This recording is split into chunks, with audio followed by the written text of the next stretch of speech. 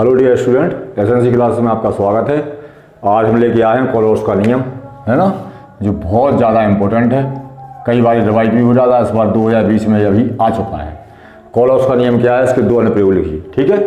तो ये जो नियम है वो कोलोस ने दिया। सिंपली कोलोस ने प्रयोगों के आधार पर यह निष्कर्ष निकाला कि किसी भी विद्युत अपघट्ट की ये चिन्ह है जो इसको बोलते हैं अनंत तरुणता पर तुल्यांक या मूलय चालकता में उसके धनायन या ऋणायन की चालकता, चाहे वो तुल्यांक की चालकता हो या मूलय चालकता का एक निश्चित योगदान होता है जिसका मान जुड़े हुए आयन पर निर्भर नहीं करता। तो इस आधार पर आप कोलोस ने क्या किया, कई प्रकार के धनायन तथा ऋणायन की अनंत तरुणता पर मूलक चालकताओं का मान ज्ञात किया। तो अनंत तरुणता पर मूलय चालकता क्या है, सबसे पहले तो आपको अगर अच्छी तरह से इसको कवर करना है तो सबसे पहले तो आपको देखने पड़ेगी पिछली वीडियो, है ना। बिना वीडियो के देखकर आप कोलोस का नियम नहीं कर सकते। तो पार्ट 1 से लेके पार्ट 7 तक पूरी वीडियो देखिए।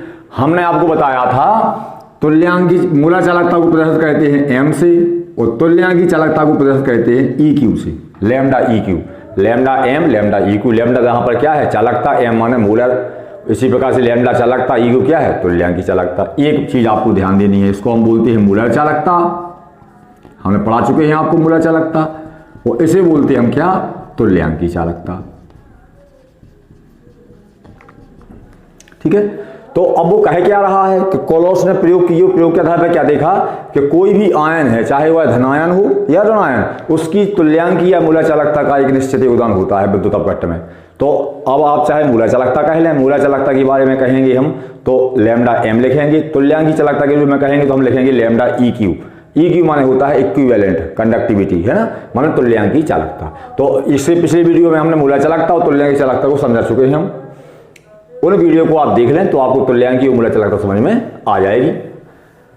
अब यहां पर प्रॉब्लम क्या पड़ रही है, अनंत तरुणता क्या है। तो अनंत तरुणता हमने बताया है आपको, तरुणता माने होता है पतलापन। जब किसी विद्युत अपघट्ट के विलयन में हम जल बनाते हैं, जैसे एक विलयन है, ये 1 लीटर विलयन है, इसमें विद्युत अपघट्ट घुला हुआ है। अब इसमें हम पानी मिलाते जाएंगे तो हमने आपको बताया था, पिछली वीडियो में बताया था कि तुल्यांकी और मूलय चालकताओं के मान क्रमशः बढ़ते जाते हैं जैसे जैसे आप तनुकरण करेंगे। तनुकरण माने जल का मिलना, सीधा सिद्धांत उसको बोलते हैं हम क्या, इंग्लिश में डाइल्यूशन। जैसे जैसे आप तनुकरण करते जाएंगे धनायन और ऋणायन के बीच की दूरी बढ़ती जाएगी, जिससे आयनों के बीच में आकर्षण बल कम होता जाएगा, फलस्वरूप चालकता का मान बढ़ता जाएगा। तो हम पिछले वीडियो में बता चुके हैं कि प्रबल विद्युत अपघट्ट की अनंत तरुणता पर मूलय चालकता या तुल्यांकी चालकता डिवाई-हकेल-ओहन-सागर समीकरण से आप ज्ञात कर सकते हैं। वहां हमने आपको ग्राफ भी बताया था, ऐसा ग्राफ प्लॉट होता ऐसा, है ना। तो आप ज्ञात कर सकते हैं प्रबल विद्युत अपघट्ट की तुल्यांकी व मूलय चालकता। कुछ बच्चों को प्रॉब्लम आती है चालकता होती क्या है। तो जब हम किसी विद्युत अपघट्ट में 2 इलेक्ट्रोड लगाते हैं और विद्युत अपघट्ट में क्या होते हैं बेटा, धनायन और ऋणायन, और धारा प्रवाहित करते हैं तो क्या होता है, जो आयन होते हैं वो विपरीत आवेशित इलेक्ट्रोड, जैसे मान लो इस इलेक्ट्रोड पर ऋणावेश है, इस इलेक्ट्रोड पर धनावेश है, तो जो आयन है विपरीत आवेशित इलेक्ट्रोड की ओर गमन करना शुरू कर देते हैं, गति करना शुरू कर देते हैं। आवेश प्रवाह की दर कहलाती है धारा, और आयनों का इस प्रकार से गमन या चालन क्या कहलाता है, चालकता कहलाती है, ठीक है। तो यदि आप किसी विद्युत अपघट्ट में विद्युत अपघट्ट पदार्थ का 1 मोल घोल रहे हैं तो उस चालकता को हम बोलते हैं मूलय चालकता, और यदि आप 1 ग्राम तुल्यांक घोल रहे हैं तो इस प्रकार की चालकता को हम बोलते हैं तुल्यांकी चालकता। दोनों में कोई अंतर नहीं है। तो अगर आयन तेजी से गति करेंगे तो चालकता का मान उच्च होगा, है ना, ये आपको ध्यान देना है। तो अब हम आपको बता रहे हैं कि इसका अर्थ क्या है। कोलोस ने प्रयोग किया और प्रयोग के आधार पर क्या देखा कि किसी भी विद्युत अपघट्ट की अनंत तरुणता पर मूलय चालकता या तुल्यांकी चालकता, उसकी धनायन व ऋणायन की चालकता, चाहे वो तुल्यांकी चालकता हो या मूलय चालकता, कौन सी, अनंत तरुणता पर का एक निश्चित योगदान होता है जिसका मान जुड़े हुए अन्य आयन पर निर्भर नहीं करता। इसका मतलब ये हुआ कि जैसे हमने विद्युत अपघट्ट लिया NaCl, दूसरा विद्युत अपघट्ट लिया KCl, तो इन दोनों विद्युत अपघट्टों में आप कौन सा आयन देख रहे हैं, क्लोरीन आयन कैसा है, समान है। तो यदि दोनों विद्युत अपघट्टों में क्लोरीन आयन समान है और क्लोरीन आयन की चालकता हम मान रहे हैं समझाने के लिए आपको कि यदि क्लोरीन आयन की चालकता 4 है तो इस क्लोरीन आयन की भी चालकता 4 होगी। कहने का मतलब ये है कि जो क्लोरीन आयन है इसकी चालकता का मान 4 है, चाहे वह सोडियम आयन के साथ जुड़ जाए, चाहे वह पोटेशियम के साथ, और चाहे वह बेरियम के साथ। देखो फॉर्मूला बन जाता BaCl2। तो यहाँ भी Cl की कितनी है 4, बस BaCl2 में क्या हो जाएगा, एक Cl एक Cl, तो 4 इसकी निकलेगी 4 इसकी, क्योंकि एक Cl की 4 होती है। तो इसका मतलब ये हुआ कि विद्युत अपघट्ट के जितने भी आयन हैं, चाहे वह धनायन हो ऋणायन, यदि सभी आयन समान हो तो वह आयन दूसरे अपोजिट आयन से जब जुड़ता है तो उसकी चालकता का एक निश्चित योगदान होता है। यहाँ हम 3 उदाहरण देख रहे हैं। देखो, जब Cl Na के साथ जुड़ा है तो भी इसकी चालकता कितनी है, 4 ओम है, ओम इनवर्स सेंटीमीटर स्क्वायर मूल इनवर्स अगर मूला चालकता हो। और जब यह क्लोरीन पोटेशियम के साथ जुड़ा है तब भी 4 है, और जब बेरियम के साथ क्लोरीन जुड़ा है तब भी 4 है, क्योंकि हम इकाई में निकालते ना, 2 Cl की 8 निकलेगी तो एक की Cl कितनी है, 4 है। तो इसका अर्थ क्या है, क्या कह रहा है कोलोस, तो कोलोस ने बताया, निष्कर्ष निकाला कि किसी भी विद्युत अपघट्ट की अनंत अनंतता पर तुल्यांक या मूला चालकता में उसके धनायन या ऋणायन की चालकता का एक निश्चित योगदान होता है। इसका कहने का मतलब ये है कि क्लोरीन किसी के भी साथ जुड़ जाए, चाहे वह Mg के साथ जुड़ जाए, MgCl2 बना दे, चाहे AlCl3 के साथ जुड़ जाए, है ना, चाहे BeCl2 के साथ जुड़ जाए, हमेशा क्लोरीन की चालकता का मान कितना रहेगा, 4 ही रहेगा। इसका मतलब हुआ कि क्लोरीन की चालकता का एक निश्चित योगदान होगा। यही कथन धनायन के लिए भी सत्य है। धनायन के लिए बता रहे हैं हम आपको, जैसे आपने सोडियम धनायन लिया, हम तो उदाहरण समझाने के लिए बता रहे हैं, सोडियम की चालकता का मान कितना निकला, 5, तो NaCl के साथ जुड़ जाए तो भी सोडियम की 5 ही निकलेगी। Na अगर Br के साथ जुड़ जाएगा तो भी सोडियम की 5 निकलेगी। Na के साथ जुड़ जाए तो भी सोडियम की 5 निकलेगी, और अगर Na3 के साथ जुड़ जाए तो भी सोडियम की 5 ही निकलेगी। इसका मतलब होगा कि इस प्रकार से हम कह सकते हैं कि धनायन की चालकता का मान भी कैसा होता है, निश्चित होता है। इसका मान जुड़े हुए आयन पर निर्भर नहीं करता। आपको समझ में आ रहा होगा, यहाँ सोडियम क्लोरीन के साथ जुड़ा है तब भी 5 मान आएगा, सोडियम ब्रोमीन के साथ जुड़ा है तब भी मान 5 आएगा, जब सोडियम आयोडीन के साथ जुड़ा है तब भी मान 5 आएगा, और जब सोडियम नाइट्रेट के साथ जुड़ा है तब भी कितना आएगा, 5। इस प्रकार से हम कह सकते हैं कि चाहे वह धनायन हो या ऋणायन, उसकी चालकता का विद्युत अपघट्ट में एक निश्चित योगदान होता है, जिसका मान जुड़े हुए आयन पर निर्भर नहीं करता। इतना आपको समझ में आ गया होगा। इस आधार पर कोलोस ने एक नियम दिया जिसे हम कोलोस का नियम कहते हैं, और कोलोस के नियम के बिंदु क्या है मुख्य, हम आपको बता रहे हैं। तो इतना आप लोगों को समझ में आ गया। ये बहुत बढ़िया वीडियो होने वाला है, आपको पूरा समझ में आना है ना। हम पूरा प्रयास करेंगे। जब हम 12th में पढ़ते थे तब तो हमने रटा था, हम सोच रहे हैं कि हमारे स्टूडेंट उसको रट रहे हैं ना, है ना। तो आप लोग देखें, लास्ट तक देखें, हम पूरा प्रयास करेंगे समझाने का, 100% समझ में आएगा। अब आपको हम बता रहे हैं कोलोस का नियम का जो मेन बॉडी है वो क्या लिखेंगे हम। तो कोलोस के नियम की मेन परिभाषा है कि अनंत अनंतता पर किसी विद्युत अपघट्ट की मूला चालकता, या आप लिख सकते हैं तुल्यांक की चालकता, ये कहिए कोई दिक्कत नहीं, उसके धनायन तथा ऋणायन की अनंत अनंतता पर मूलर या तुल्यांक की चालकता के योगफल के बराबर होती है। बच्चे यहाँ पर कंफ्यूज होते हैं। अगर आप तुल्यांकी नहीं लिखना चाहें तो जरूरी नहीं है कि आप तुल्यांकी लिखें, केवल मूला चालकता लिख दें, है ना। वो तो यहाँ बोल रहा है कि किसी विद्युत अपघट्ट की जो कुल मूला चालकता है या कुल तुल्यांकी चालकता है, विद्युत अपघट्ट के धनायन तथा ऋणायन की मूलर या तुल्यांकी चालकता के योगफल के बराबर होता है। अगर आप मूला चालकता यहाँ लिखेंगे तो यहाँ मूलर आ जाएगा, यहाँ तुल्यांकी करेंगे तो तुल्यांकी लिख देंगे। आपको बताया था, अगर आप मूला चालकता के संबंध में लिख रहे हैं तो आप उसे प्रदर्शित करेंगे लैम्डा एम से, अगर तुल्यांकी चालकता में कर रहे हैं तो लैम्डा ई क्यू से। हम आपको बताने वाले हैं आगे, कोई प्रॉब्लम नहीं है इसमें। तो परिभाषा क्या कह रहा है वो कि विद्युत अपघट्ट में 2 आयन होते हैं, एक धनायन होता है, एक ऋणायन होता है। तो किसी भी विद्युत अपघट्ट में धनायन ऋणायन की चालकताओं का एक निश्चित योगदान होता है। कोलोस ने क्या किया, कोलोस ने एक टेबल बनाई और सभी धनायन और ऋणायनों की चालकताओं के मान ज्ञात कर लिए।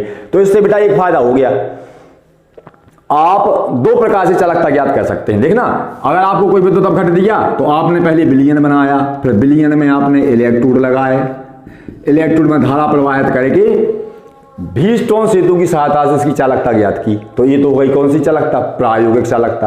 और यदि आप कॉपी पे निकालना चाहें तो विद्युत अपघट्ट का फॉर्मूला आपको मालूम है, तो आप कोलोस के नियम की जो सारणी है उसमें धनायन और ऋणायन की चालकताओं के मान ज्ञात करके देखकर दोनों आयनों को जोड़कर चालकता का मान ज्ञात कर सकते हैं। तो वो कौन सा मान हो गया, सैद्धांतिक।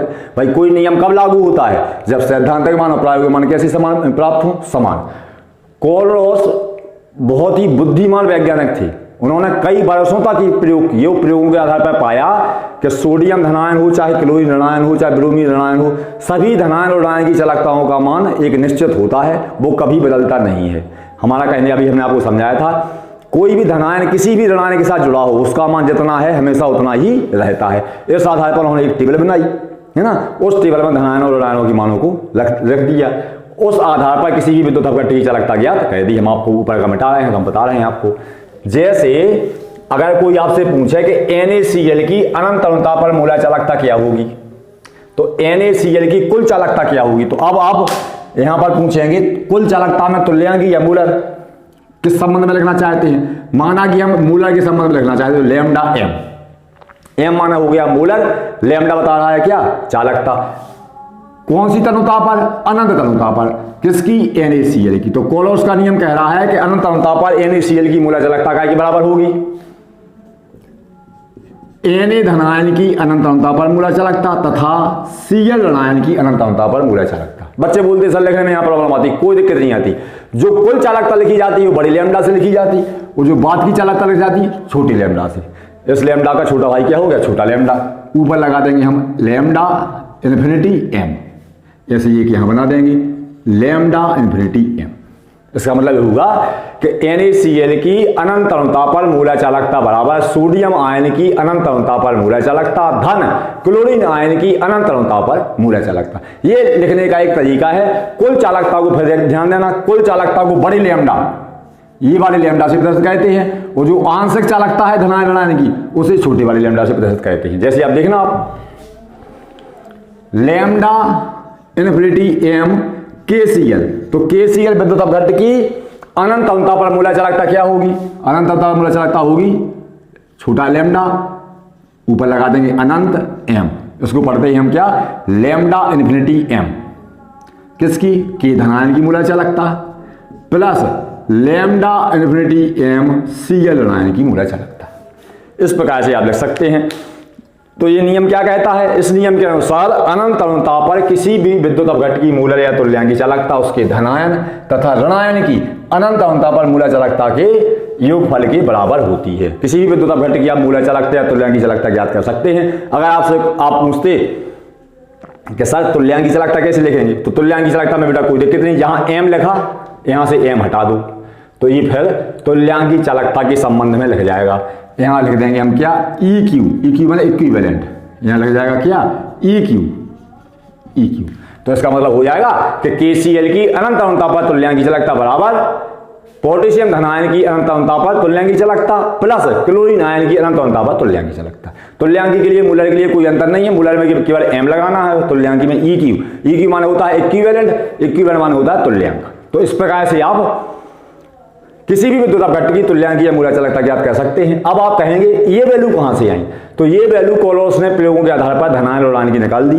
हमने आपको वीडियो के शुरुआत में बताया था कि प्रत्येक धनायन की चालकता का मान निश्चित होता है। हमने बताया था आपको कि सोडियम की चालकता का मान यदि 5 है और क्लोरीन की चालकता का मान कितना है 4, तो देखो क्लोरीन यहां लगी होगी तो इसका ही मान कितना होगा 4, इसका मान घटता बढ़ता नहीं है। तो अब हमें इसको कैसे लिखना है आपको थोड़ा लिखना बता दे रहे हैं। पहले आप डेफिनेशन लिखेंगे, डेफिनेशन के बाद फिर लिखेंगे, यहां गौर करना आप, माना कि AX BY एक विद्युत अपघट्ट है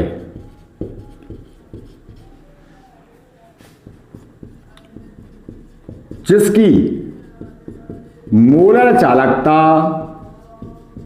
निम्न प्रकार ज्ञात की जा सकती है।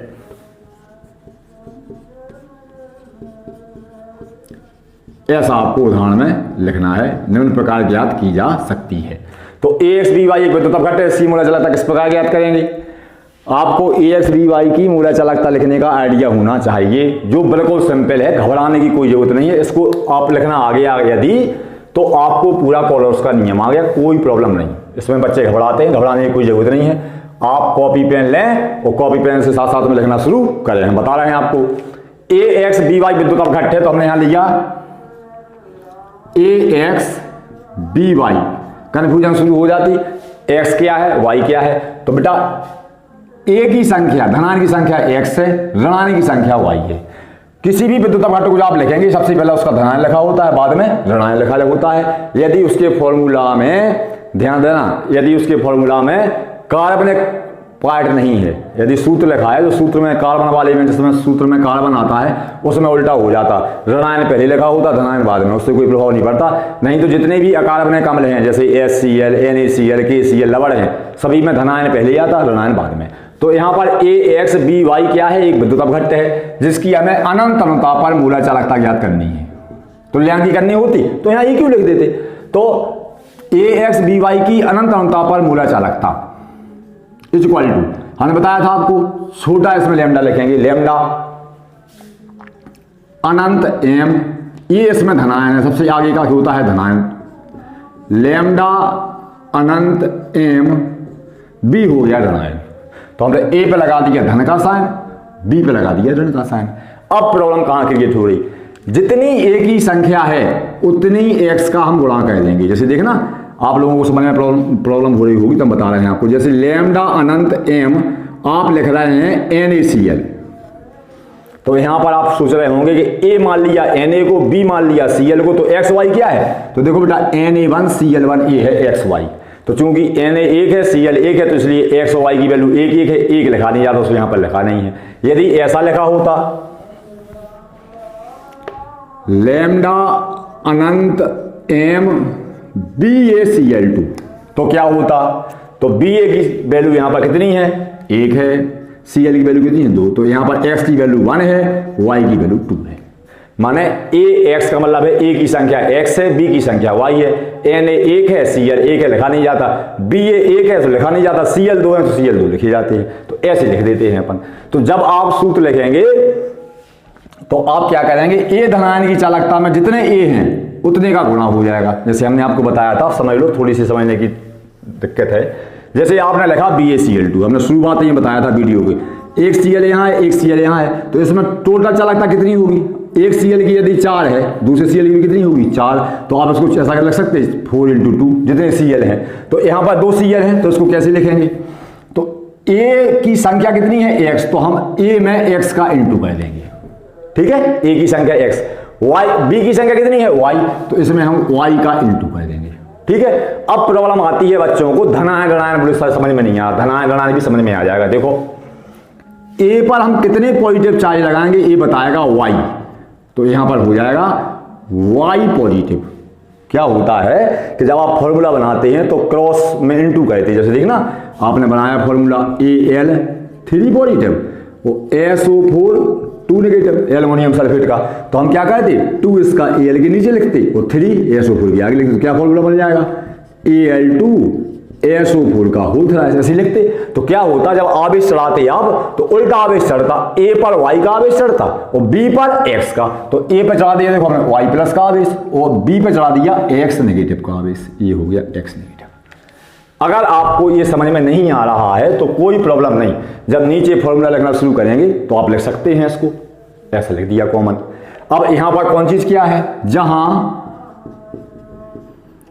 Lambda infinity M A Y positive क्या है, धनायन की अनंत तनुता पर मूलक चालकता, धनायन A की अनंत तनुता पर मूलक चालकता, ऐसा लिखना है आपको नीचे बाद में। और lambda infinity M B X negative क्या है बेटा, ऋणायन की अनंत तनुता पर मूलक चालकता। इस प्रकार से आप लिख सकते हैं। फॉर्मूला लिखने में थोड़ी सी प्रॉब्लम आ रही होगी, हम आपको बता रहे हैं, बिल्कुल प्रॉब्लम खत्म हो जाएगी, कोई टेंशन नहीं। अब लिखेंगे आप नीचे क्या, एग्जाम्पल, जितने भी फॉर्मूला लिखेंगे आप सभी इसके बेस पे लिखेंगे। एक ध्यान देना है, और अगर आपको पूरे मार्क्स चाहना है तो आपको चाहिए अगर पूरे मार्क्स, तो समझ लो कि आपको 4 एग्जाम्पल लिखने पड़ेंगे, ठीक है। तो पहला एग्जाम्पल लिखते हैं हम, जैसे NaCl का, इसमें कोई प्रॉब्लम नहीं पड़ती। तो NaCl की अनंत तनुता पर मूलक चालकता क्या होगी बेटा, लैम्डा इन्फिनिटी M NaCl, है ना, molar conductivity of NaCl at infinity dilution, ठीक है, अनंत तनुता पर NaCl की मूलक चालकता इक्वल टू हो जाएगा लैम्डा इन्फिनिटी M, पहले लिखेंगे धनायन Na धनायन plus lambda infinity M Cl ऋणायन। बच्चे बोलते सर यहाँ पर हमने 1 से इंटू क्यों नहीं किया, Na की वैल्यू 1 है तो यहाँ पर 1 से इंटू हो जाएगा, Cl की वैल्यू भी 1 है तो यहाँ पर 1 से इंटू हो जाएगा, Na पे 1 है, Cl पे 1, तो Cl का 1 चढ़ जाएगा Na पे, तो Na +1 Cl माइनस 1 लिखा नहीं जाता यार, बार बार बोल रहे हैं आपसे, इसलिए इनको हम लिखते नहीं हैं 1 को। ठीक है, अगर आप लिखना चाहें तो बिल्कुल लिख सकते हैं, इसको कोई लिखने की आवश्यकता नहीं है, ये मिटा दिया हमने। जब एक से ज़्यादा होंगे तो लिखेंगे। दूसरा एग्जाम्पल हमने क्या कहा, 4 एग्जाम्पल लिखना है। दूसरे एग्जाम्पल लिखा हमने, मान लो BaCl2 का, तो लैम्डा इन्फिनिटी m BaCl2, क्या करेंगे बेटा, यही फॉर्मूला लगाएंगे। क्या करेंगे आप, Ba की संख्या कितनी है 1, तो पहले हम लिखेंगे लैम्डा अनंत m Ba पॉजिटिव। ठीक है, ये तो मालूम है कि आगे बड़ा धनायन है, तो हमने Ba पॉजिटिव लिख दिया। अब Ba की वैल्यू कितनी है, 1 है, तो यहाँ 1 से इंटू करेंगे। हमने बोला आपसे कि 1 लिखा नहीं जाता, सो आप नहीं लिखेंगे, अगर लिखना चाहें तो लिख दें। Plus lambda infinity m Cl, अब Cl कितने हैं, 2 हैं, तो 2 से यहाँ पर इंटू हो जाएगा।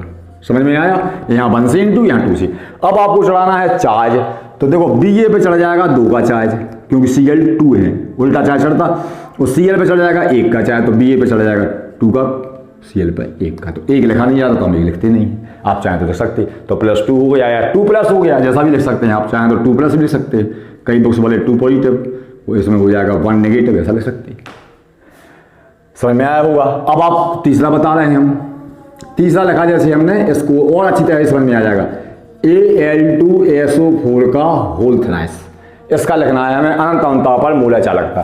तो अनंत अनुता पर मूलक चालकता कैसे लिखेंगे हम इसकी, पहले हम बना लेंगे लैम्डा इन्फिनिटी m, छोटे वाले लैम्डा, ठीक है, लिख देंगे Al प्लस छोटा लैम्डा m, यहाँ लिख देंगे हम SO4, क्योंकि फॉर्मूला में SO4।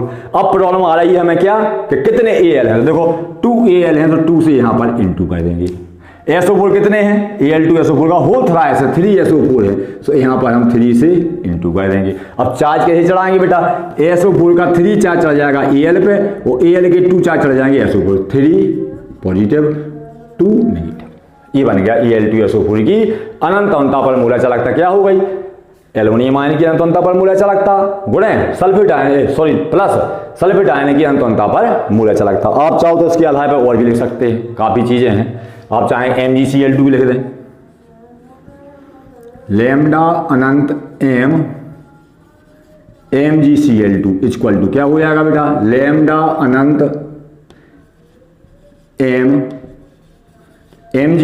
अब चार्ज कितना चढ़ेगा Mg पे, Mg की संख्या 1 है, तो 1 से इंटू हो जाएगा, 2 Cl है तो 2 पॉजिटिव हो जाएगा। ठीक है, plus lambda infinite m, Cl कितने हैं 2 है, तो 2 से यहाँ इंटू हो जाएगा, Cl पे Mg कितने हैं 1, तो 1 का चार्ज चढ़ जाएगा।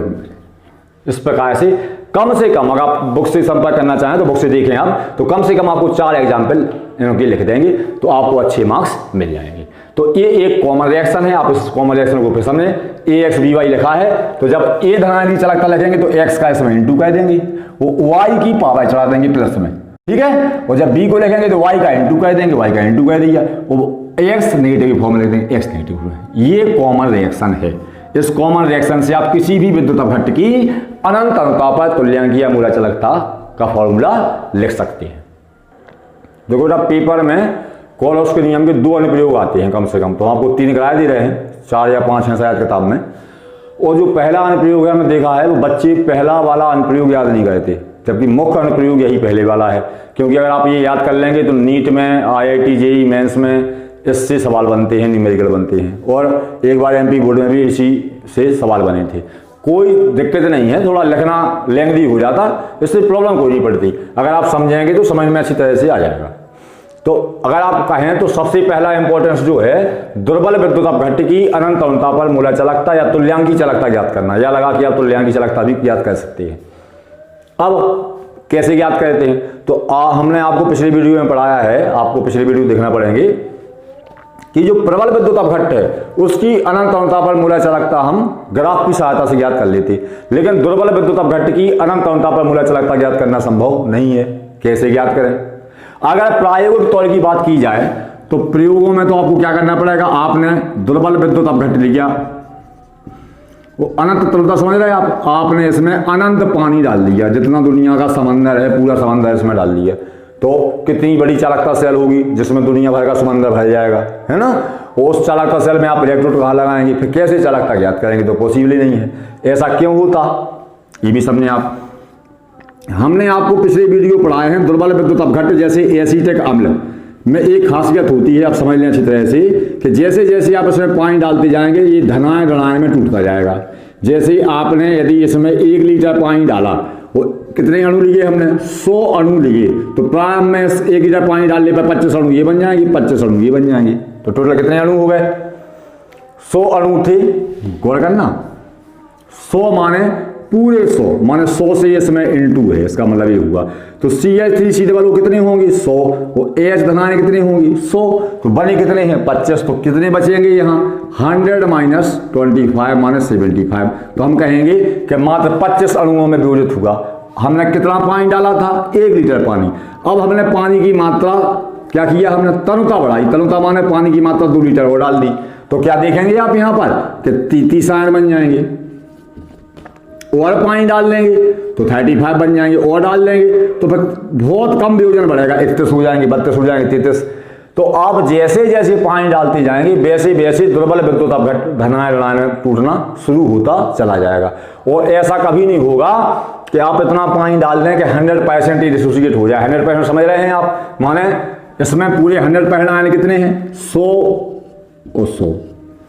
इस प्रकार से वियोजित कभी नहीं होगा कि 100 ऋणायन बन जाए और 100 धनायन बन जाए, हमेशा 100 से कम रहेंगे। तो वैज्ञानिकों का मानना है कि 100% आयनित या वियोजित कब होगा, ये कौन सा विद्युत अपघट्ट है दुर्बल विद्युत अपघट्ट। हम पिछले वीडियो में आपको सब पढ़ा चुके हैं।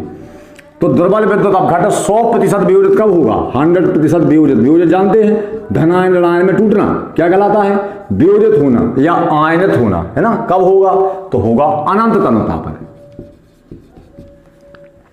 तो हमारे हिसाब से तो कोलोस नामक वैज्ञानिक बहुत ही बुद्धिमान वैज्ञानिक कहलाए कि उन्होंने इसकी अनंत तनुता पर मूलज चालकता ज्ञात कर ली। अब वो कैसे ज्ञात की, हम आपको बहुत इंटरेस्टिंग तकनीक बता रहे हैं। उन्होंने बहुत ज्यादा दिमाग लगाया और इसकी अनंत तनुता पर मूलज चालकता ज्ञात की। सबसे पहले उन्होंने प्रयोग किए, वो हमने वीडियो के शुरुआत में बताया था कि प्रत्येक आयन की तुल्यांकी तथा मूलज चालकता निश्चित होती है, किसी दूसरे आयन के साथ जुड़ने पर उस आयन की चालकता पर कोई प्रभाव नहीं पड़ता। ऐसे समझ सकते हैं कि यदि कोई ट्रैक्टर है और ट्रैक्टर का पावर 20 हॉर्स पावर है ना, तो आप उसे ट्रॉली में लगाएंगे तब भी 20 हॉर्स पावर रहेगा, आप जुताई करेंगे तब भी 20 हॉर्स पावर रहेगा, उससे किसी चीज को खींचेंगे तब भी उसका पावर 20 हॉर्स पावर रहेगा। तो यहां पर जो हम देख रहे हैं, हम आपको बता रहे हैं कि प्रत्येक आयन की चालकता का एक निश्चित योगदान होता है। अब प्रॉब्लम ये आती है कि यदि आपको दुर्बल विद्युत अपघट्ट की तुल्यांकी या मूलज चालकता ज्ञात करनी है, कोलोस को ज्ञात करनी थी, तो ये तो हमने आपको बता दिया है कि ये तो दुर्बल विद्युत अपघट्ट है, पूरी तरह वियोजित नहीं होगा। अगर पूरी तरह वियोजित हो जाता वो इसके 100 अणु लेते, 100 ऋणायन बन जाते, 100 धनायन, और इसमें हम लगा देते इलेक्ट्रोड और फिर इसकी चालकता ज्ञात करते, तो चालकता का मान ज्ञात होता, हमें वो सही मान ज्ञात होता, क्योंकि 100 धनायन बन गए 100 ऋणायन।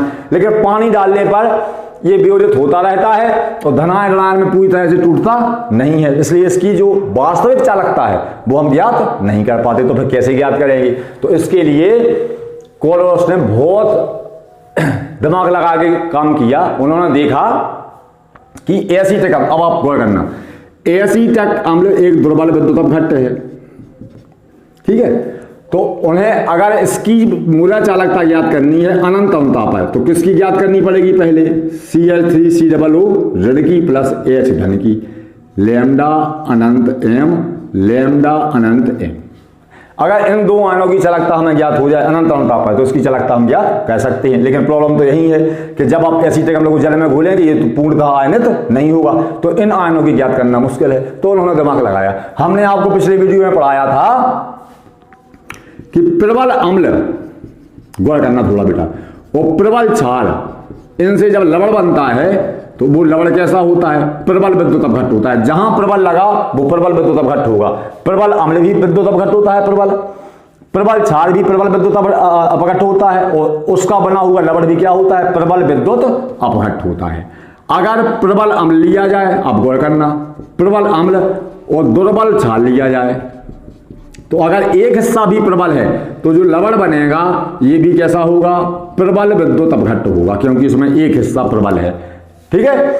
उसी प्रकार से यदि दुर्बल अम्ल है वह प्रबल क्षार है तो भी लवण कैसा होगा प्रबल विद्युत अपघट्ट होगा। आपने मेंडल के नियम पढ़े होंगे, हाई स्कूल में अगर लाल फूल का मटर का पुष्प होता है, लाल पुष्प, और उसका सफेद पुष्प वाले मटर के साथ संकरण कराते हैं तो F1 पीढ़ी में लाल ही पुष्प वाले पौधे होते हैं, क्योंकि प्रबल कैसा होता है, प्रभावी होता है। तो यहाँ देखो प्रबल प्रभावी है, दोनों प्रबल होंगे तो लवण प्रबल विद्युत अपघट्ट होगा।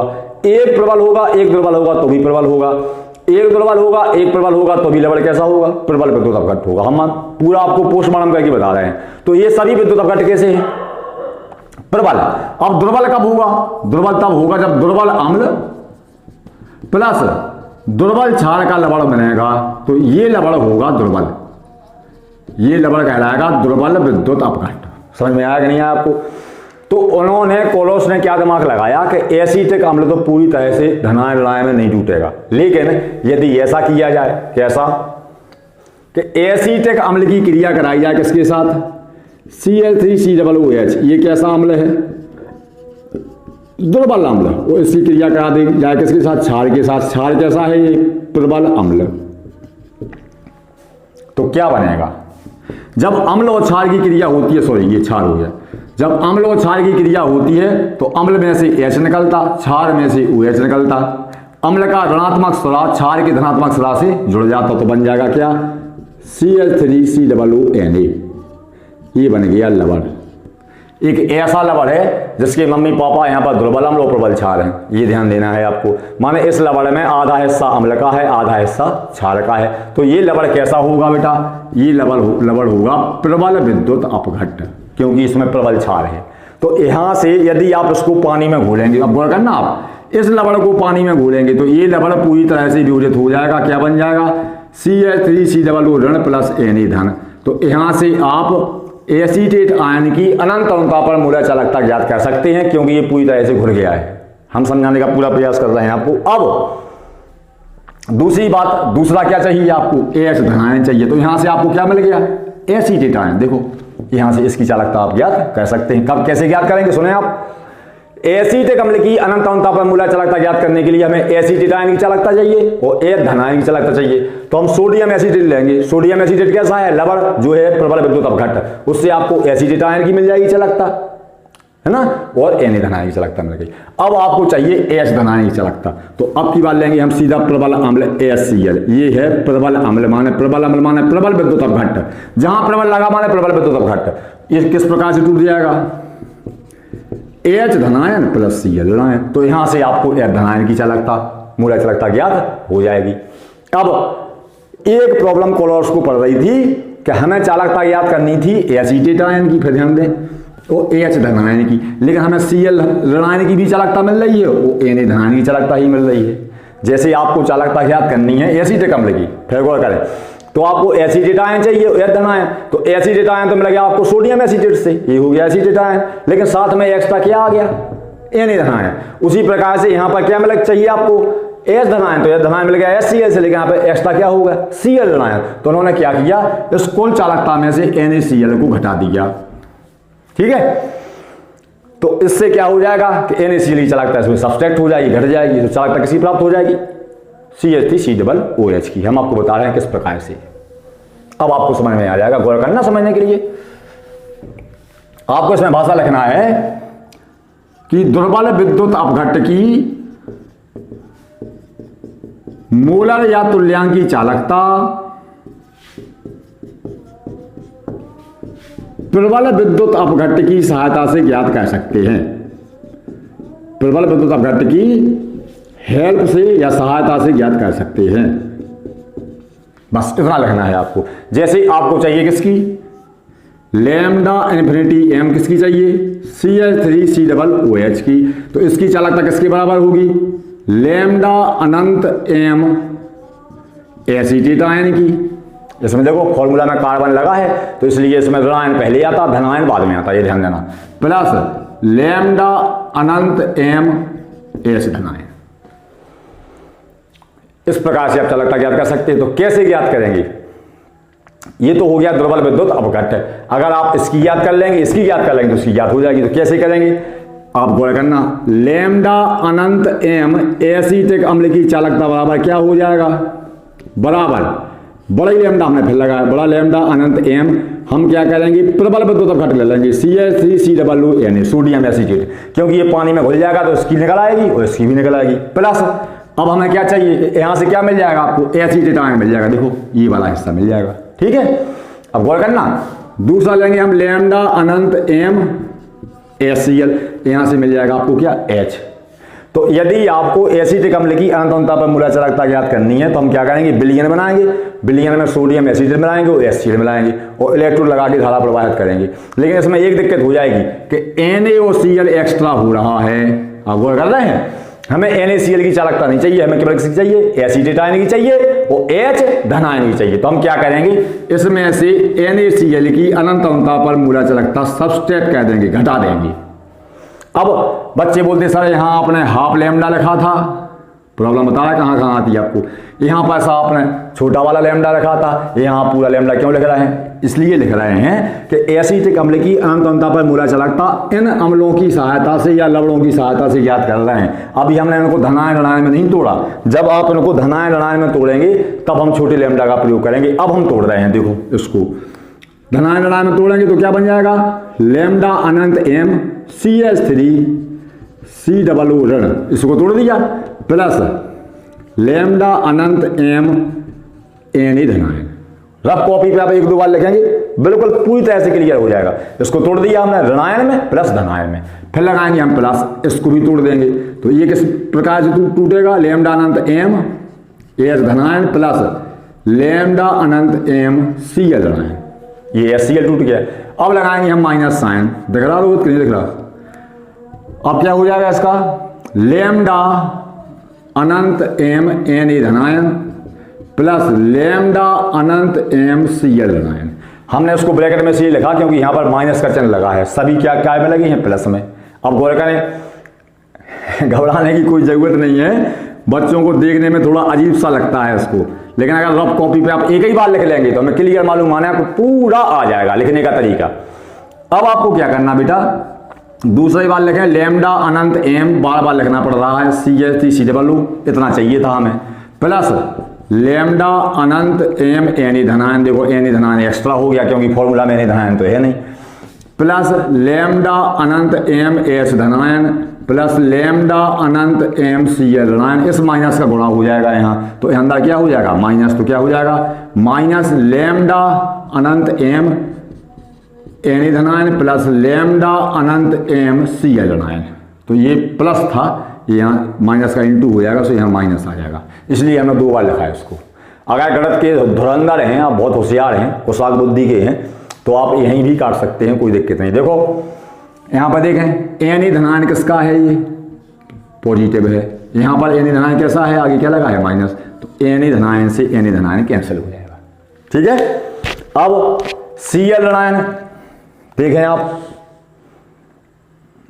Cl ऋणायन कहाँ है, ये Cl ऋणायन कैसा है, यहाँ पर कौन सा साइन लगा, प्लस, ये कैसा लगा माइनस, तो यहीं पर आप कैंसिल कर देंगे।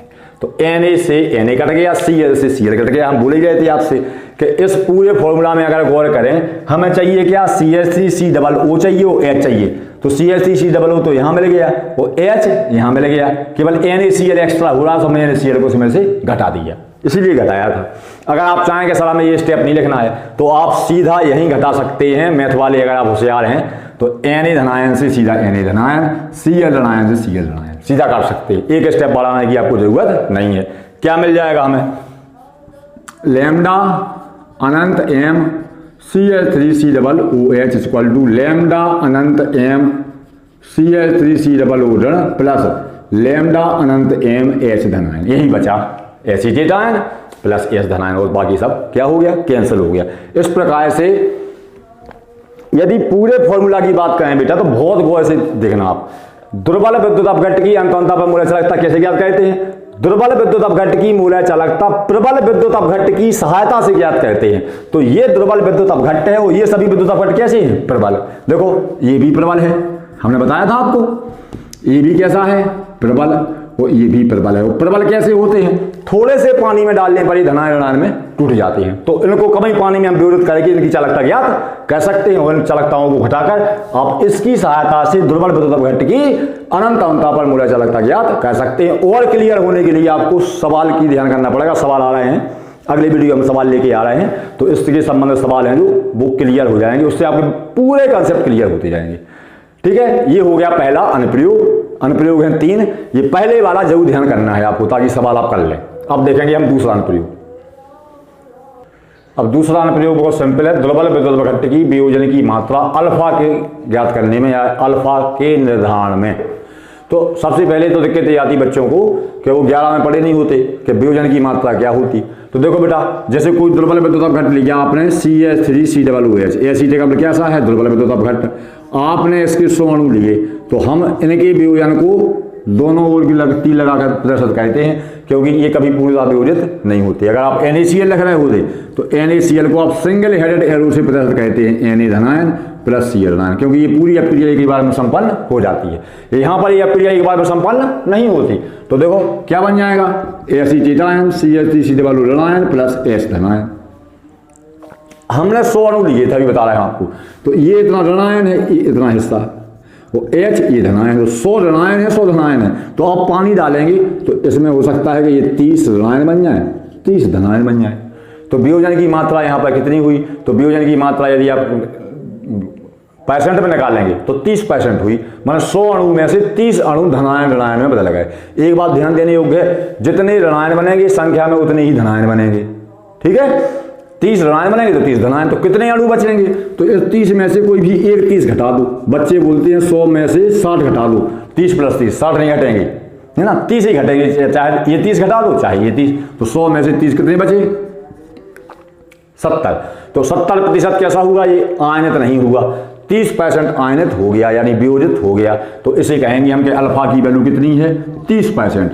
माने किसी विद्युत अपघट्ट का वह अंश या वह भाग या वह हिस्सा जो धनायन ऋणायन में टूटा है उसे हम कहते हैं वियोजन की मात्रा। वियोजन की मात्रा यहाँ 30% है। कैसे निकालेंगे? वियोजन के पूर्व कुल अणुओं की संख्या अल्फा बराबर क्या होता है? वियोजन के पूर्व कुल कितने अणु थे? 100। तो 100।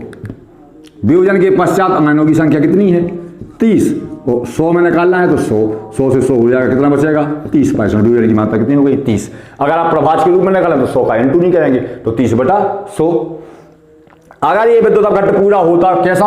प्रबल विद्युत अपघट्ट। तो प्रबल विद्युत अपघट्ट में क्या होता बेटा? यहाँ पे जैसे कोई प्रबल विद्युत अपघट्ट है AB, क्या बन गया? A धनायन प्लस B ऋणायन। तो क्या होता? 100 अणु होते तो 100 बनते धनायन, 100 बनते ऋणायन। तो क्या हो जाता है अल्फा की वैल्यू? वियोजन के पश्चात आयनों की संख्या 100, वियोजन के पूर्व अणुओं की संख्या 100 बराबर 1। तो अल्फा की वैल्यू 1 आती है किसके लिए? प्रबल विद्युत अपघट्ट के लिए। हमने आपको समझा दिया है। तो अब आपने 1 बिलियन लिया, उसमें आपने क्या घोल दिया? दुर्बल विद्युत अपघट्ट एसिड का घोल दिया, हमने इसमें पानी डाल दिया। ठीक है, अब आपको ये निकालना है कि कितने आयन बने। मान लो हमने 100 अणु घोले तो कितने आयन बने? 30 आयन बने धनायन ऋणायन, या 40 बने। तो 2 तरीका है आपके पास। एक तरीका ये है कि इस बिलियन में डुबकी लगा लो, डुबकी लगा के फिर गिनो कितने ऋणायन हैं कितने धनायन हैं। तो मे बी नॉट पॉसिबल, यह संभव नहीं है, क्योंकि धनायन ऋणायन आकार में कैसे होते हैं? बहुत छोटे। तो हम क्या कहते हैं? दुर्बल विद्युत अपघट्ट कब पूरी तरह से वियोजित हो जाते? आपको पढ़ाया था हमने, अनंत तनुता पर पूरी तरह से वियोजित हो जाते। माने 100 धनायन और 100 ऋणायन में टूट जाते। 100 धनायन में और 100 ऋणायन में टूट जाते। कब टूट जाते? कंडीशन ध्यान करना, अनंत तनुता पर। अब हमने मान लो इसमें 2 लीटर पानी डाला, तो 2 लीटर पानी में क्या कितना घुलेगा? तो हम क्या करेंगे? जब अनंत तनुता पर हम इसकी तुल्यांक या मूल्य चालकता ज्ञात करेंगे तो पूरी निकलेगी 100। अब हमने 2 लीटर पानी मिलाया, अनंत तनुता पर तो ज्ञात क्या करनी है? अनंत तनुता पर तो कोलोस ने ज्ञात कर ली थी, है ना? तो उसको उनको मालूम है, टेबल में लिखी रखी है। अब हम क्या करेंगे? 2 लीटर पानी डालेंगे, फिर उसमें लगा देंगे क्या? इलेक्ट्रोड। वो इलेक्ट्रोड लगाकर 20 सेतु की सहायता से इसकी चालकता ज्ञात करेंगे। तो वो कौन सी हो गई? 2 लीटर पर ज्ञात की गई चालकता। और 2 लीटर पर ज्ञात की गई चालकता कितनी है? मान लो 40। तो 40 क्या आ जाएंगे ऊपर? ये निकल आएगी अल्फा की वैल्यू। तो आप इलेक्ट्रोड लगाकर दिए गए सांद्रण पर चालकता कितनी निकाली है? 40। वो अनंत अनंत पर चालकता कितनी थी? 100। तो 40/100। अगर प्रतिशतता निकालनी है तो उसमें 100 का इंटू कर देंगे। 100 से 100 कैंसिल, कितनी प्रतिशत हो गया? 40%। भाई जैसे जैसे विद्युत अपघट्ट का आयनन बढ़ेगा वैसे वैसे चालकता का मान भी बढ़ता जाएगा, उसी अनुपात में जिस अनुपात में धनायन ऋणायन की संख्या बढ़ेगी। तो अनंत अनंत पर तो पूरी तरह से धनायन ऋणायन में टूट जाते, तो अनंत अनंत पर चालकता का मान बहुत ज्यादा होता। और दिए गए सांद्रण पे माना 2 लीटर पानी डाला आपने, पहले 1 लीटर डाला, या आपको 20 लीटर पानी में चालकता निकालनी, या 30 लीटर पानी में कितने धनायन ऋणायन बने। तो जैसे जैसे आप पानी मिलाएंगे दुर्बल विद्युत अपघट्ट का वियोजन बढ़ता जाएगा, जिससे विलयन में धनायन ऋणायन की संख्या बढ़ती जाएगी, चालकता का मान बढ़ता जाएगा। जितनी चालकता होगी उसी प्रकार से हम अंदाज लगाएंगे अनंत अनंता पर इतने आयनों की चालकता कितनी है? 100% चालकता कहलाएगी, क्योंकि 100% आयन हो जाएंगे। तो फिर 20 लीटर पानी में या 30 लीटर पानी में कितने आयन होंगे? तो चालकता बता देगी इतनी चालकता है। तो कैसे निकाल दें हम? फॉर्मूला बता रहा है, अल्फा बराबर लैम्डा CM अपॉन लैम्डा अनंत M। तो आपको सिर्फ भाषा क्या लिखना है? कुछ भाषा ही लिखनी, हल्की सी लिखना है कि दुर्बल विद्युत अपघट्ट की वियोजन की मात्रा अल्फा निम्न सूत्र से ज्ञात कर सकते हैं। अल्फा बराबर लैम्डा CM लैम्डा अनंत M। बच्चे बोलते लैम्डा C क्या है?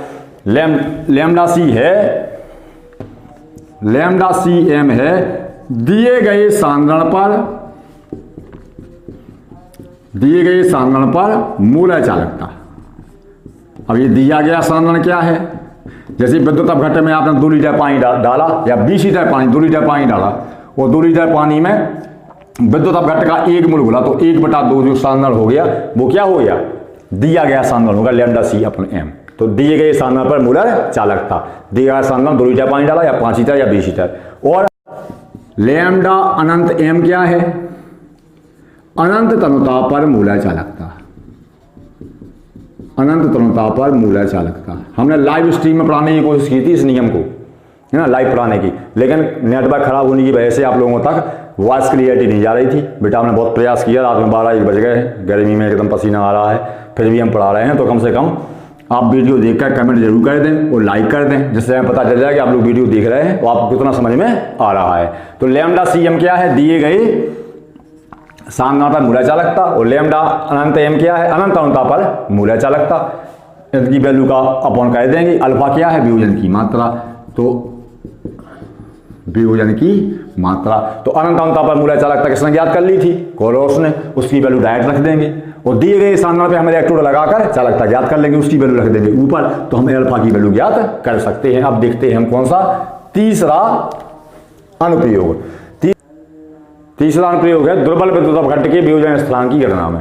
बच्चे बोलते कि सर वो वीडियो समझ में नहीं आ रहा है, तो टीचर को बहुत अच्छा लगता है ना, नहीं लगता कभी अच्छा। क्यों नहीं आ रहा है समझ में? क्योंकि आपने 11th अपनी कमजोर कर ली है और आपको बेसिक नहीं आता। तो बेसिक वीडियो हम कुछ दिनों बाद ला रहे हैं यूट्यूब पर, और आप बेसिक वीडियो देखें, और जहाँ से यूनिट शुरू होती है वहीं से पार्ट फर्स्ट से लेके शुरुआत कर दें आप देखने की। हम पूरे पार्ट बाय पार्ट वीडियो बना रहे हैं, तो आपको समझने में बहुत सहूलियत मिलेगी। इतना सिंपल नहीं है, क्योंकि आप हमारे हिसाब से तो केमिस्ट्री बहुत सिंपल है, बिल्कुल सिंपल है, केमिस्ट्री में कुछ है नहीं, बस ऐसे केमिस्ट्री का बेसिक ज्ञान होना चाहिए। और बच्चों को बेसिक ज्ञान नहीं होता, क्योंकि वो 11th में सोचते हैं कि हमें पढ़ने की आवश्यकता नहीं है, वो लोकल एग्जाम है। तो 12th में वो एग्जाम आपको टफ लगने लगता है। तो प्रयास बेटा ये करना है हमें कि जो बेसिक चीज़ें हैं 11th की वो हमें आती हों। अगर आपको नहीं आती, घबराने की जरूरत नहीं है, हम जल्दी से जल्दी बेसिक केमिस्ट्री की वीडियो लाने वाले हैं, 12-13 वीडियो होंगी, उन वीडियो से आपको बेसिक समझ में आ जाएगा। अब यहाँ पर भी देखो, यहाँ पर भी कंसेप्ट लगेगा 11th वाला। वियोजन स्थिरांक क्या है? वियोजन स्थिरांक को हम डॉट कहते हैं, प्रतिशत कहते हैं K से। हमने आपको बताया था कि दुर्बल विद्युत अपघट्ट पूरी तरह वियोजित नहीं होता। इस प्रकार जब दुर्बल विद्युत अपघट्ट को जल में घोलते हैं तो धनायन और ऋणायन में टूटेगा, लेकिन पूरी तरह से नहीं टूटेगा। इसलिए हमें अपक्रिया को डबल हेडेड एरो, माने दोनों को रिवर्सिबल का साइन लगा के प्रदर्शित करेंगे। जब अपक्रिया आगे की ओर होगी, आपने 11 में पढ़ी होगी, तो इस अपक्रिया को कहेंगे अग्र अपक्रिया। जब अपक्रिया पीछे की ओर होगी तो पश्च अपक्रिया। माने यहाँ पर धनायन ऋणायन जुड़कर एसिटिक अम्ल बनाएंगे, एसिटिक अम्ल घुलकर ऋणायन धनायन में टूट जाएगा, फिर ऐसी क्रिया होती जाएगी, फिर क्रिया। तो जब अग्र अपक्रिया का वेग पश्च अपक्रिया के वेग के बराबर हो जाएगा, तब अभिकारक क्या हो गए? एसिटिक अम्ल और उत्पाद, इन दोनों के सांद्रण कैसे हो जाएंगे? स्थिर हो जाएंगे ना। तो अपक्रिया आगे, माने जितनी स्पीड से आगे अपक्रिया होगी उतने ही स्पीड से पीछे की ओर अपक्रिया होगी। इस अवस्था को बोलते हैं हम साम्यावस्था। और साम्यावस्था के बीच में एक स्थिरांक आता है जिसे हम बोलते हैं साम्यावस्था स्थिरांक। यहाँ पर अम्ल का वियोजन हो रहा है, इसलिए साम्यावस्था स्थिरांक को हम क्या बोलेंगे? वियोजन स्थिरांक बोलेंगे। ठीक है, अब आपको बताते हैं हम इस सब क्रिया पर हम द्रव्यपाती क्रिया का नियम लागू कर सकते हैं। कक्षा 11 में पढ़ा होगा आपने, यदि नहीं पढ़ा तो कोई टेंशन नहीं। यदि प्रारंभ में जब हमने इसमें पानी नहीं डाला तो इसका सांद्रण कितना है? C। सांद्रण जानते हैं? मात्रा। तो जब प्रारंभ में आपने पानी नहीं डाला तो इसका सांद्रण कितना होगा? 0। इसका होगा 0। कुछ समय पश्चात आपने पानी डाला तो इसका कितना हिस्सा टूटा? अल्फा हिस्सा टूटा। सांद्रण के साथ अल्फा का गुणा हो जाएगा। इसका कितना हिस्सा टूटा? अल्फा हिस्सा, C अल्फा। तो इसे बोलेंगे हम C अल्फा। ये कितना बचेगा? C minus C alpha. समझ में बिल्कुल नहीं आया होगा। फिर हम बता रहे हैं आपको कैसे इसको हमने लिख दिया। जैसे ये भी विद्युत अपघट्ट है, हमने अभी बताया था आपको। इसकी आपने 100 अणु लिए और A धनायन बने 20 और B ऋणायन बने 20। तो देखो बेटा 100 है यहाँ पर, तो 100 A है और 100 ही B है, 100 का गुणा है। तो अब यहाँ पर बचे 20, तो यहाँ पर बचे कितने? 20। तो शुरुआत में प्रारंभ में क्या होगा? जब पानी नहीं डालेंगे तो यहाँ बनेगा 0, यहाँ बनेगा 0। अब पानी डालना शुरू किया हमने, इसमें धनायन कितने बनेगा? 20, ऋणायन कितने बनेगा? 20। तो हम क्या कर देंगे? 100 में से 20 को घटा देंगे। बच्चे बोलते हैं 40 को घटा लो, 40 को नहीं घटाएंगे, क्योंकि 100 धनायन है, 100 ऋणायन, 40 घटा देंगे, 1 को घटा देंगे, या तो धनायन का घटा देंगे या ऋणायन को। तो ऐसे ही हमने यहाँ किया। प्रारंभ में सांद्रण कितना था? C 0 0। अब आपने पानी मिलाया तो उसका सांद्रण हो गया C अल्फा, भाग टूट गया ये C अल्फा। तो ये क्या बचेगा? C minus C alpha. C minus C alpha को मैथ वाले देखो 2/C है तो कॉमन ले लेंगे, C क्या बचेगा? 1 माइनस अल्फा। ये हो गया। अब आपको साम्यावस्था स्थिरांक K निकालना है, तो K बराबर होता है उत्पाद की सक्रिय मात्राओं का गुणनफल। उत्पाद कौन कौन से हैं? एसीटेट आयन, तो ऐसा लिख देंगे हम CH3COO ऋण इंटू H धन, उत्पाद की सक्रिय मात्राओं का गुणनफल। सक्रिय मात्रा माने बड़ी ब्रैकेट को हम बोलते हैं सक्रिय मात्रा, इसी को हम सांद्रण बोलते हैं। 11 में पढ़ा होगा आपने। इसी को बोलते हैं हम सक्रिय मात्रा, इसी को बोलते हैं हम मोलायता। माल एक ही है, पैकिंग अलग अलग है, ध्यान देना। तीनों चीजें ही एक हैं, सांद्रण, सक्रिय मात्रा, मोलायता, एक ही बात है। माने प्रति लीटर विलयन में विलेय पदार्थ के कितने मोल घुले हैं, अगर मालूम है आपको तो बड़ी ब्रैकेट बंद करके लिखते हैं। अपॉन ये हो गया उत्पाद। अभिकारक की सक्रिय मात्रा, अभिकारक क्या है इसमें? CH3COOH, ऐसे लिखते हैं हम क्या? साम्यावस्था स्थिरांक। तो अब K की वैल्यू रखो बेटा इसमें। सॉरी, एसीटेट की वैल्यू कितनी आई? C alpha. या धनायन की वैल्यू कितनी आई? C alpha. तो हो जाएगा C alpha into C alpha upon इसकी वैल्यू कितनी है? C1 minus alpha. तो C1 माइनस अल्फा। ठीक है, इसको आगे ले जाओ। C का C में इंटू हो जाएगा C स्क्वायर, अल्फा का अल्फा में इंटू हो जाएगा alpha square upon C1 minus alpha. C से C कैंसिल हो जाएगा। ऊपर लिखते हैं क्या बचा? K इक्वल टू क्या बचा? यहाँ C स्क्वायर था, ये C था, तो यहाँ C बचेगी। तो क्या बचेगा? C alpha square upon 1 minus alpha, 1 minus alpha. ये आपकी वियोजन स्थिरांक का समीकरण हो गया, जहाँ पर K क्या है? वियोजन स्थिरांक। K बराबर यहाँ लिख देंगे हम, यहाँ लिखना जरूर पड़ता है आपको। K बराबर वियोजन स्थिरांक। अल्फा मालूम है सबको, वियोजन की मात्रा, वियोजन की मात्रा, और C क्या है? सांद्रण। C बराबर है सांद्रण। सांद्रण माने मोलायता, इसी को आप बोल सकते हैं क्या? मोलायता। तो उपयुक्त फॉर्मूला की सहायता से आप किसी भी दुर्बल विद्युत अपघट्ट की साम्यावस्था स्थिरांक की गणना कर सकते हैं। इस प्रकार आप लोगों को वीडियो कैसा लगा? बेटा देखो, मेहनत करने की आवश्यकता है, हमें तो पसीना आ रहा है, 12-1 बजे तक पढ़ा रहा है रात में आप लोगों को। तो ये हमारा पसीना है जो है ना, जाया ना जाए, बर्बाद ना जाए, ध्यान देना आप लोग। और आप लोग जब वीडियो देखें तो लाइक जरूर करें, ताकि पता चल जाए कि वीडियो कितने लोगों ने देखा है। और कमेंट बॉक्स में कमेंट जरूर करें आपको वीडियो कैसा लगा। और अगर आपको प्रॉब्लम आ रही है ना, तो प्रॉब्लम तो आने वाली है, क्योंकि अगर आपने शुरुआत से नहीं देखे होंगे वीडियो, बीच में वीडियो देखना शुरू करेंगे तो 100% गारंटी है आपको समझ में नहीं आएगा। हम आपसे फिर बोल रहे हैं, पहले पार्ट फर्स्ट का वीडियो देखें, सेकंड, थर्ड, फोर्थ, ऐसे सिक्वेंस वीडियो देखें, और साथ में रफ कॉपी जरूर ले लें। रफ कॉपी पर लिख के देखें, और साथ में किताब की हेल्प लेते जाएं। आप यूँ समझ लें कि आपको जो YouTube के वीडियो हैं वो ऑफलाइन क्लास से भी बेहतर लगने लगेंगे। आजकल के समय में जब कोरोना का संकट चल रहा है, तो ऐसे में आप लोगों को बहुत ध्यान देने की आवश्यकता है। पढ़ाई पर बहुत ध्यान दें। कहीं कोई प्रॉब्लम हो तो हम आगे चल के ग्रुप पे हम आपको प्रॉब्लम सॉल्व करा देंगे। आप पर्सनल नंबर आपके पास है ही, तो प्रयास करें बेटा, समझने का प्रयास करें। पार्ट फर्स्ट से देखें, हम बार बार बोल रहे हैं। और लाइव स्ट्रीम, जब तक नेटवर्क की प्रॉब्लम है अपने यहाँ बहुत ज़्यादा, तो लाइव स्ट्रीम नहीं कर पा रहे हैं। जैसे ही हमारे पास अच्छे नेटवर्क होंगे तो हम यूट्यूब पर लाइव स्ट्रीम जरूर करेंगे। जब तक लाइव स्ट्रीम नहीं है तब तक आप वीडियो जरूर देखते जाएं, ताकि कुछ नहीं से कुछ तो अच्छा है। वो कहावत है, something is better than nothing. अगर आप ऑफलाइन क्लास के चक्कर में पड़े रहेंगे तो जो बच्चे यूट्यूब पर वीडियो देख के पढ़ रहे हैं वो आप लोगों से बहुत आगे निकल जाएंगे। ये ध्यान देना है आप लोगों को, इसलिए 10-15 मिनट का समय निकालते जाएं। ठीक है, बहुत बहुत धन्यवाद।